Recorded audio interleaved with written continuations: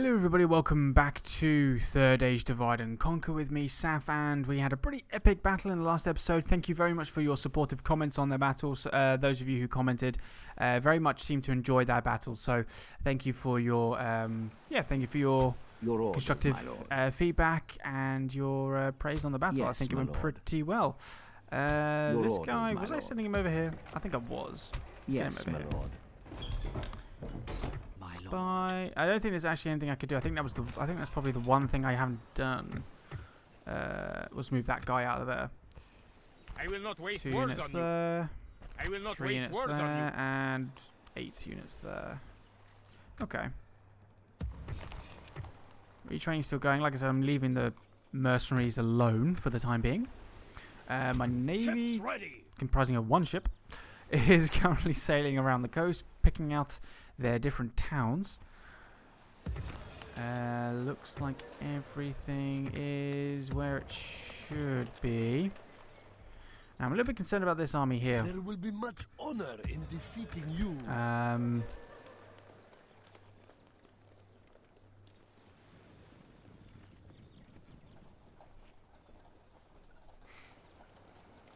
Don't know whether to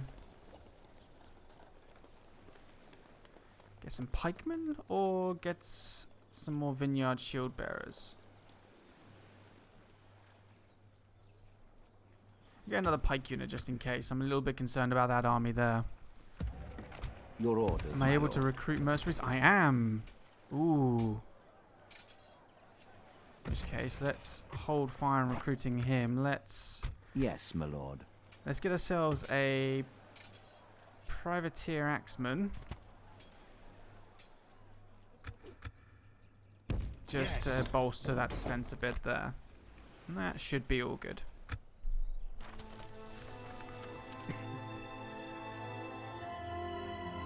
So I also want to thank you guys for your support in the idea of sending an army with my little ship across the well, I guess what you can call the Great Lake, north to the east to attack Rhun at the city points. A lot of you seem to be very, very up for that idea, so I think that's probably what I will be sticking to. Okay, so Rhun did not attack me at my village, thankfully, so I don't need to worry about them for the moment. I am going to keep that mercenary unit there for a little while, though. I'm making looks like 1,700 per turn. One ring located. I'm not going to go for it. Yeah, 1,700 per turn. So I'm making good amounts of money, considering what troops I currently have recruited all over the place. So Carvarad, that is our biggest threat. That is probably one of the biggest threats. Is that army there? The other threat is this one here south of Karas I will Falathrim, not but waste words I'm on pretty you. sure we can take care of that force with what we have. Your orders, my lord. So I could attack Rubar, 4 units. Yes, my lord. Fairly even battle.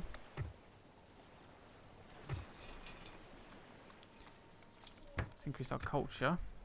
Your orders, my lord. Ships ready. Yes, sir. Full sails. So we've got a general, cavalry, infantry, and I'm gonna guess it's probably something like Balchoff tribesmen or something like that. Set sail. Elgir is completely undefended, 1 general. Ships ready. Yes, my lord.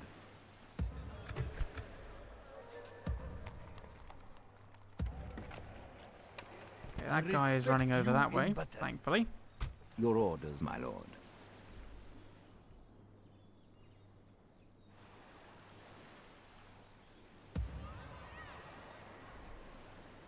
My lord.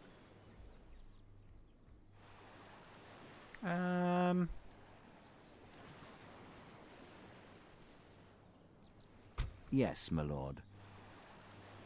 We shall engage. Damn. I thought we might be in range. Let's bring an extra archer unit up north. Your orders, my lord.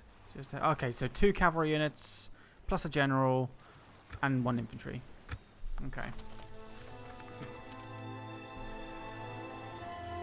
not too bad. I have no spear units. All my infantry are sword wielders, so I don't really have anything specifically designed to counteract enemy cavalry. Okay, that's another large army. So perhaps I probably have to rely fairly heavily on my ballista to be able to take that town. But they haven't attacked me. I wonder if they maybe just built up their garrison a bit more. I hope not. Soon find out in a second. Maybe they're reserving all their money for their armies over there. King of Dale is dead. Ooh. Elves or men? What's this? Our realm houses many of the creations of Iluvatar.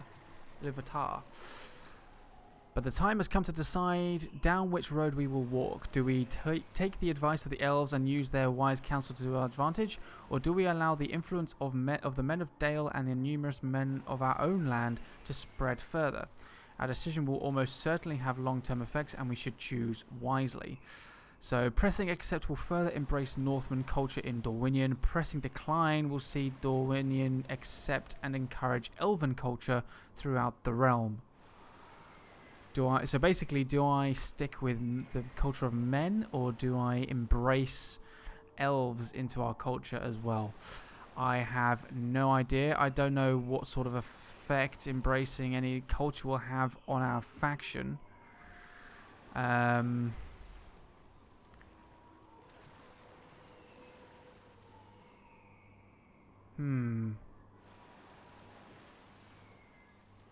Now, from what I can remember on Lord of the Rings, on Middle Earth, basically Middle Earth cultures, men tend to be quite selfish, I guess is the lack of a better word. In terms of, you come across there, obviously you've got the characters. I'm not going to name them all because there's too many, but there's loads of characters in the movies and the books that are perfectly acceptable examples of selflessness. Fighting for the good of others and sacrificing themselves for the better, to defeat the evil and things like that. But then, if you remember from the first movie, Galadriel basically explains how when the rings were made, the 9 rings were given to the men who above all desired power. Now that might be the input of one elf, but I don't know. When you watch the movies, that's what it sort of seems to portray. You've got a lot of corruption seems to be around. Whereas with the elves, they seem to be relatively pure. There's still some hints here and there that they're not all great, but there's I don't know. I kind of want to just embrace more Northman culture into Dorwinion, but I kind of want to see what happens if I embrace a little bit more Elven culture. So I'm gonna spice things up and decline. Dale's been raised. Okay. Successful invasion of Dale. My lord. What's that? Cavalry units. So they've taken a cavalry unit out of the town and replaced it with an infantry unit. With honor, as you command, what's the odds? we shall 50-50. 1,005 men for 1,000. Oh, they also get their rabble as well. They also get the town rabble, which I forgot happens as well. Forgot that's something that occurs. Yes, my lord. Right. How much do these cavalry cost? 422 to upkeep. Oh, that'd be way too expensive. That'd be 800 a turn, basically. Ugh, can't really recruit them and send them down.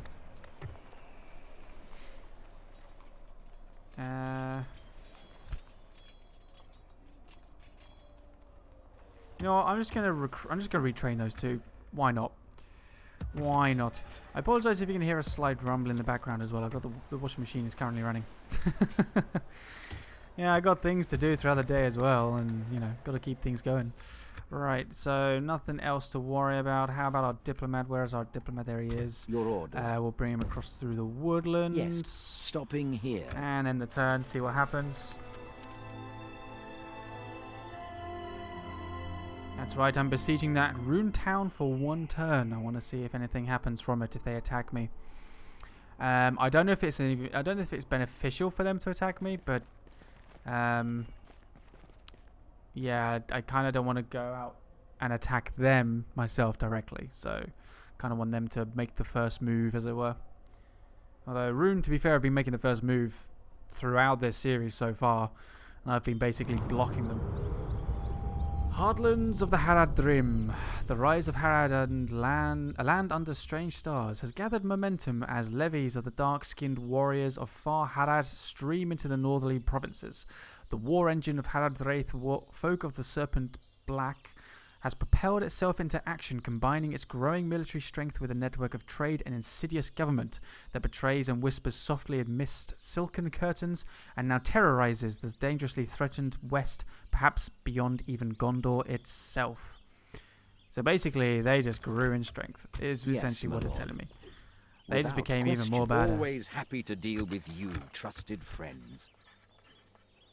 It's Accept good it. to see Yay, you, I can see what the elves have now. As you wish. I shall continue 1, 2, tomorrow. 3, 4, 5. They have 5. That's all right.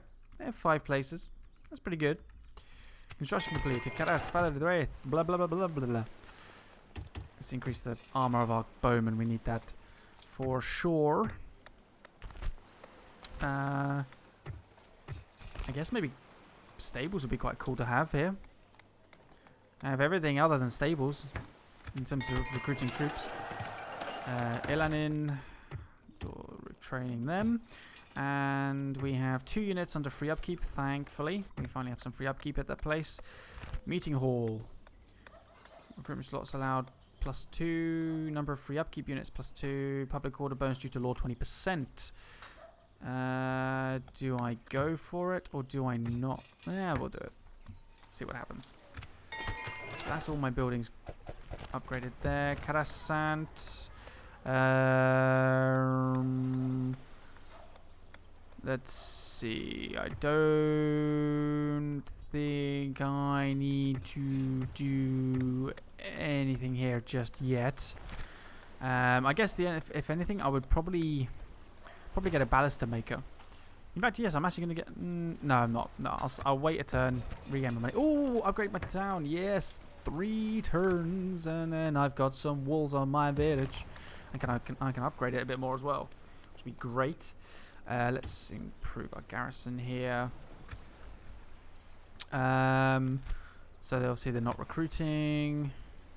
Let's just move our ship along the edge here. Just make sure there's nothing coming along the road. There is not. Put our ship back over here. There's a bridge blocking our way. That's a bit annoying, but never mind. Can't get any mercenaries. I'm just going to maintain the siege. It's got another 4 turns. Probably once it gets down to 1 turn remaining, then I'll attack it myself. Like I said, I don't want to give them the option to make the first move. Approaching. So that's a large garrison there. I basically need to maintain this garrison here. 2 turns for the road. So we've got 1, 2, 3 swordsmen, 2 light swordsmen, 2 crossbows, 1 Athala Rangers, 1 cavalry, which is my general now. So we've got more or less every type of unit class there other than artillery. But we don't really need artillery in a castle at the moment. I really want this place to... Is this place a 2-layer? I don't think it is. I can't remember. Is that a 2-layer one or not? I can't remember. I don't think it is. Oh well. Right. Did I move my diplomat already? I did. My lord. We'll end the turn so I can move him first in the next turn. Yeah. This series is actually, touch wood, if you hear me knocking, I'm touching the wood, is currently going okay. Okay, Rhun have a lot of more troops than I do. Perhaps I haven't been fast enough in attacking them, you know, causing them to lose some ground straight away.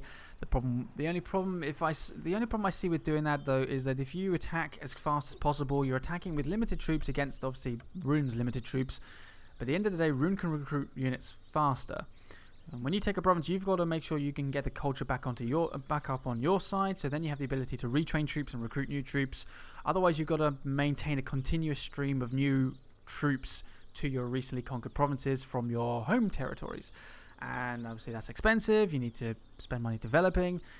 That's why I'm very defensive in my plays. I'm quite a defensive player at the start, and then sort of about a third of the way through, maybe halfway through the campaign, then I really start pushing my way back out and gaining ground. Because I find that being defensive at the start, although it might seem a bit boring, it's not so exciting, not so proactive. It's in the long run can be the one thing between your campaign succeeding and your campaign failing. That's how I see it. So that's why I play this way. Just in case any of you were wondering, in case any of you were sort of considering about maybe commenting, sort of saying, "Oh, you need to be more active," or things like that. I would admit that being more proactive is beneficial with other factions. Some other factions you need to be more proactive with. You need to be active. You need to be going out there and conquering ground. With these factions that have slow recruitment, not necessarily the case. I would say probably being more active and fast-paced in your attacks and your expansions is probably something more beneficial to being an evil faction, because evil factions tend to have the ability to recruit units faster than the good side factions. So that's my own view. If you guys have a different view, by all means, obviously you've got your own views. But that's just how I see this particular mod. That's how I see the factions. That's how I like to play. That's how I like to play in general. So, and you'll probably see that quite a bit in my other series like Attila and things like that. So, and any future Total War series as well. I haven't got any more future Total War series planned just yet. I haven't really thought about it. I'm kind of trying to focus on getting these current 5 series completed first.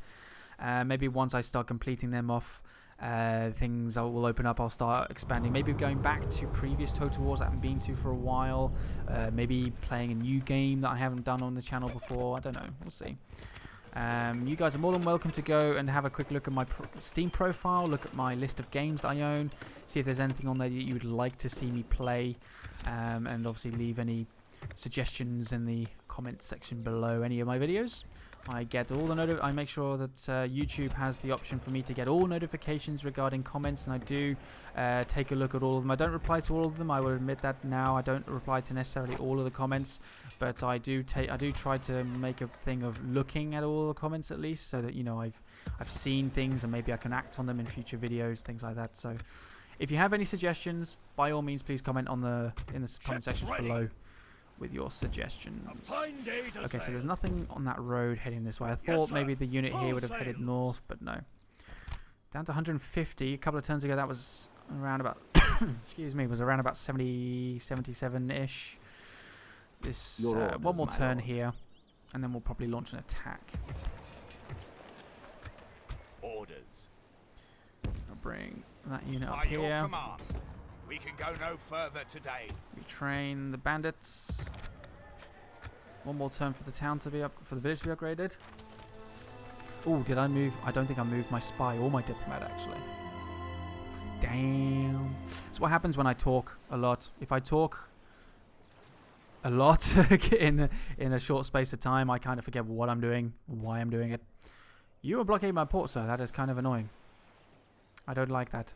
I would prefer it if you would please depart from the port, leave the fishermen to go fish, and yes, in general, just bugger off, please. Mordor Supreme. Not a big fan of that. Yay! 2 additional units of free upkeep. Fantastic.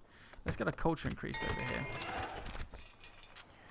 Right, little village. Let's get a grain exchange. That's the... or should I go for a town guard?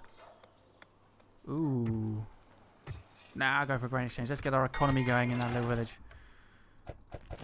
In fact, actually, no. First, we'll get roads. I want roads first because that's probably going to be the one thing I'm going to need above the grain exchange, because I'll need to maintain a surplus of troops in that area, I imagine, at some point. If I'm really gonna make this push for my attacks in the north, I'm gonna kind of need troop availability. Where is my diplomat? Where am I looking? Over here. My lord, without question. Spy is here. My lord. Lots of troops there. Not very comfortable about that. I think I've got enough troops. I think I probably should recruit another one. 216. We'll get one more. Yeah, we'll get a Thala Rangers. My lord.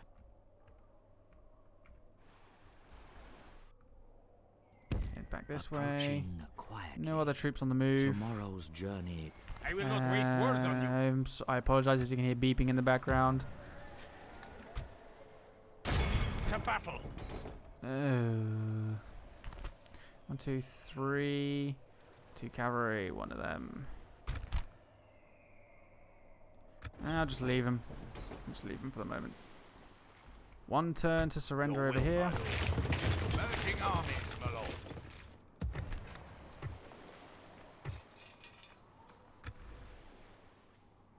Troops are moving it down. Moving it down? What the hell am I talking about? Moving down. South this way. Okay, so that Rhun army is not really much of a threat anymore. So let's disband these mercenaries. And in their place, I'll get another vineyard. I know they're weaker, but they're cheaper. Yes, my lord. As you command. That's a bit more in our favour. 1,200 men for 892. I now outnumber them by about 300 and about a little over 300. So the king, we've got 2 Eastling rabble who haven't suffered any kind of attrition. We have clan guards. We got the general. I'm sure he was on 39 at one point. Why has he gone up to 40? Oh, 39 is just for the border guard. 40 including the general. Duh. 60 cavalry. And then some runic clansmen. I don't know whether to attack them or whether to... Yeah, I think I will attack them. Alright.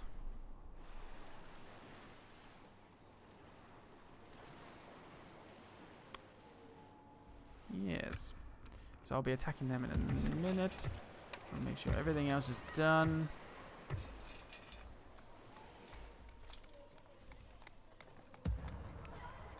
And there's beeping going on again. I need to go shut that thing off. These guys are perfectly safe where they are. These guys just look so awesome. Avari pikemen. Can't wait till I get hold of more of them. Right, okay. What general? Is it just a general there? Faction heir. Ooh, hello, Kambori. Hello. Your orders, And my this lord. guy here is just a general. Okay, so this may have been a little bit of a shorter episode than normal, but I will be attacking this town in the next episode. So please join me for the next episode. I didn't really have much time. I'm recording quite late at night this evening. So, yes, unfortunately. But yeah, please join me in the next episode where I will be fighting this battle to continue our conquest in the north.